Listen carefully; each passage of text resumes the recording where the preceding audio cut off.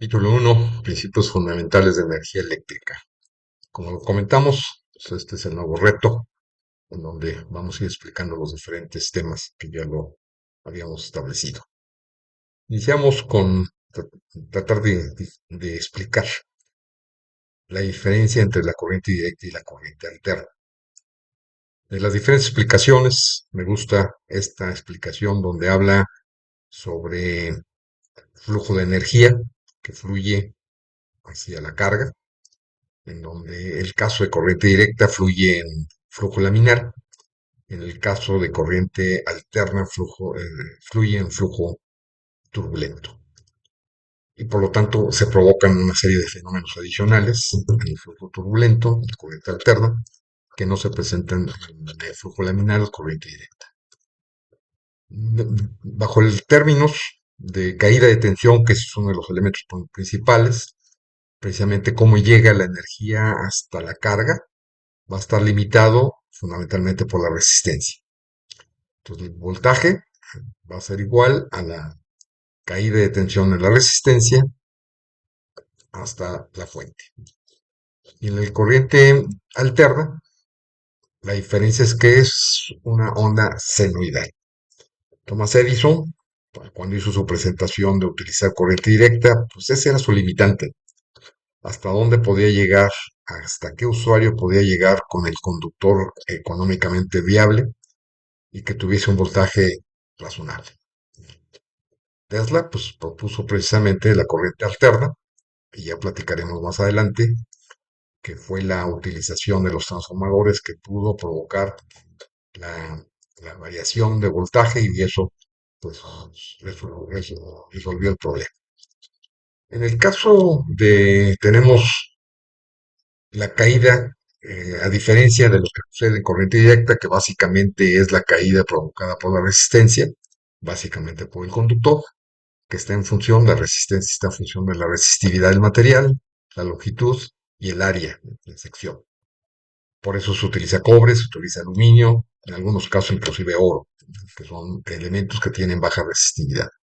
Pero en el caso del corriente alterna, se presenta esta alteración, este voltaje, esta variación de voltaje, presenta un fenómeno adicional y lo estamos representando a través de una Z, que Z va a ser el conjunto de la resistencia del conductor más la reactancia.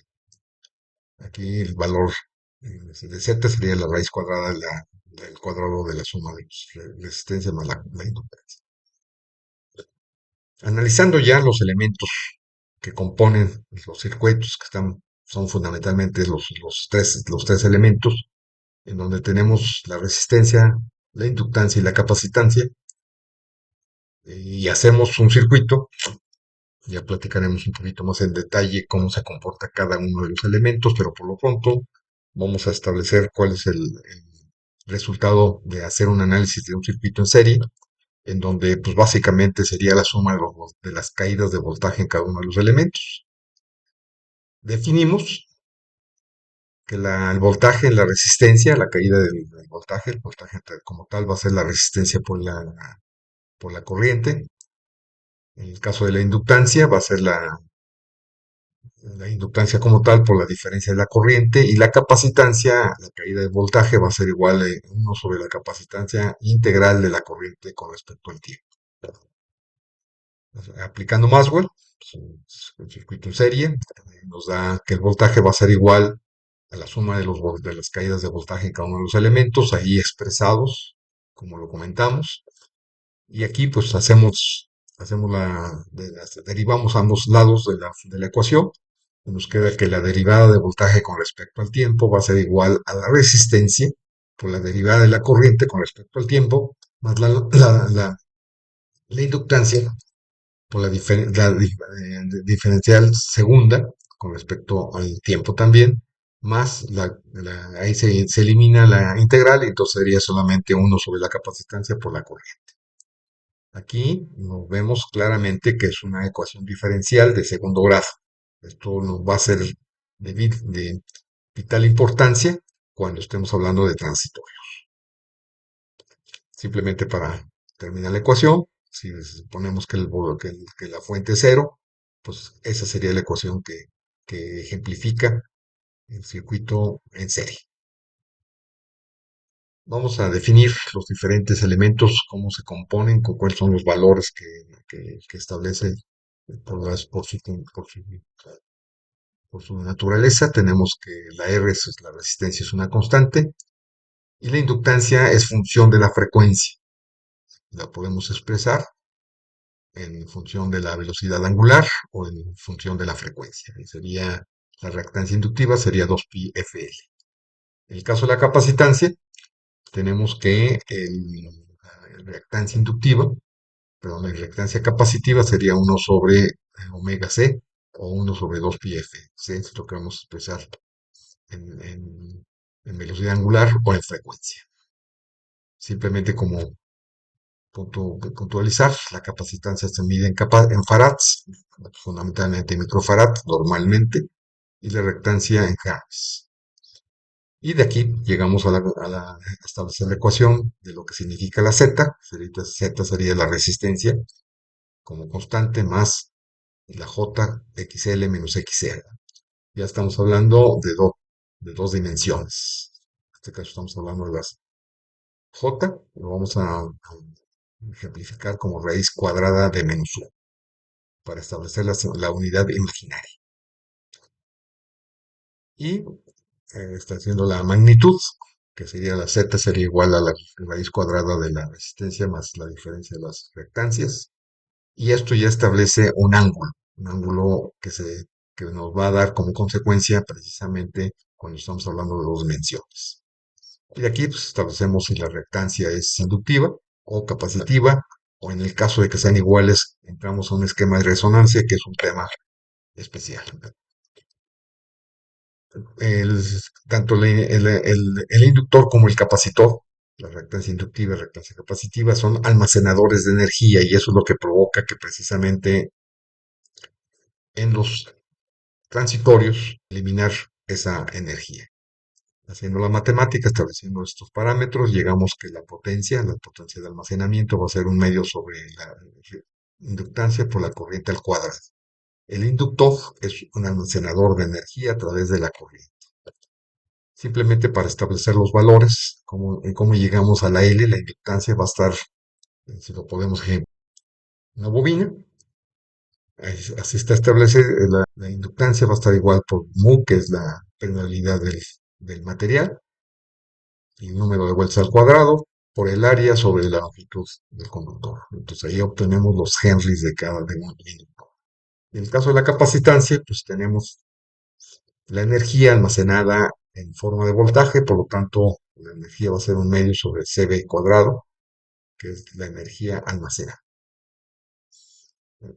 El comportamiento de estos elementos en un sistema de corriente directa, en el caso de un inductor, pues funciona como si fuera una resistencia, aunque puede funcionar como un electroimán, que hay un cierto almacenamiento de energía, pero solamente vamos a platicar sobre la capacitancia, que es uno de los elementos más sencillos, más claros en el comportamiento de los circuitos de corriente directa. Haciendo la matemática, podemos llegar, de igual manera hacemos una Maxwell, que sería el voltaje, sería igual a la caída en la resistencia más la caída en la capacidad corriente en el capacitor. Entonces llegamos a estas ecuaciones y llegamos a que es una ecuación exponencial que se va a cargar en forma exponencial, pues, en función de las variables de resistencia y capacidad. Entonces, el inductor se comporta como cortocircuito en el momento en que se energiza y se va cargando y queda como circuito abierto, como un elemento que queda cargado. A diferencia de lo que sucede en corriente alterna, en el momento en que comienza a haber una diferencia de voltaje, está en una forma senoidal, el resultado de cómo se comporta la corriente en un inductor puro, que no existe, pero digamos, idealmente para hacer la matemática, tenemos que la corriente se retrasa con respecto al voltaje y en el caso de la capacitancia, la corriente se adelanta con respecto al voltaje. Y esto pues es una alteración en los circuitos. Más adelante esto nos dará el resultado como el factor de potencia, pero ya lo platicaremos en su momento. Por lo pronto hablamos precisamente sobre esta diferencia, esta variante, ese retraso o adelanto de la corriente con respecto al voltaje. Aquí es una matemática de cómo llegamos a esas conclusiones y que nos clarificar estos conceptos. Recordemos que estamos hablando en estado estable, en donde el efecto inductivo y capacitivo solamente está en el efecto de reactancia. Hacemos una ecuación sobre un circuito en serie y establecemos que el voltaje pues el voltaje va a ser igual al voltaje en la resistencia, más el voltaje en la caída del capacitor, más el voltaje en la caída del inductor. Recordemos que los XC va a ser igual al omega C sobre omega C y XL omega L. Aquí un ejemplo. Aquí tenemos una fuente de 220 volts, 50 Hz, monofásico, con una resistencia de 800 ohms, una inductancia de 580 milihenries y una capacitancia de 100 microfarad. Aplicando la matemática, obtenemos que los valores de XL, XC y la Z, ¿verdad? Entonces tenemos que la Z va a ser el cuadrado de la diferencia de las reactancias más el cuadrado de la resistencia y obtenemos como resultado 814 ohms.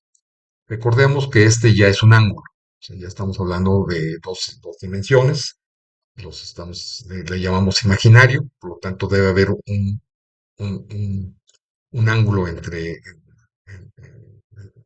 la reactancia. Entonces el ángulo de reactancia, lo habíamos contemplado, va a ser la tangente inversa de la diferencia de la reactancia sobre la resistencia. Y esto nos da que el ángulo es de 10.68, por lo tanto la Z va a ser 814, ángulo de 10.7, inductivo. Recordemos que en este caso estamos hablando que la reactancia inductiva es mayor que la capacitancia, por lo tanto estamos hablando de un circuito inductivo. Y entonces cuando obtenemos la corriente, tenemos que la corriente va a ser el voltaje que lo estamos tomando como base, va a ser 0 grados sobre la reactancia que es 814 grados, 814 ohms, con un ángulo de 10.7. Por lo tanto, obtenemos que la corriente será 0.27 con un ángulo negativo de 10.7, que está significando que la corriente está retrasado 10.7 grados, como se observa en la gráfica. Pues eso es lo que queríamos platicar el día de hoy. Hay diferencias entre corriente alterna y corriente directa y los elementos como interactúan. Servidor, el maestro en ingeniería, Rubén Darío Churibanco. Les dejo mis datos por si alguien quisiera hacer un comentario. Gracias.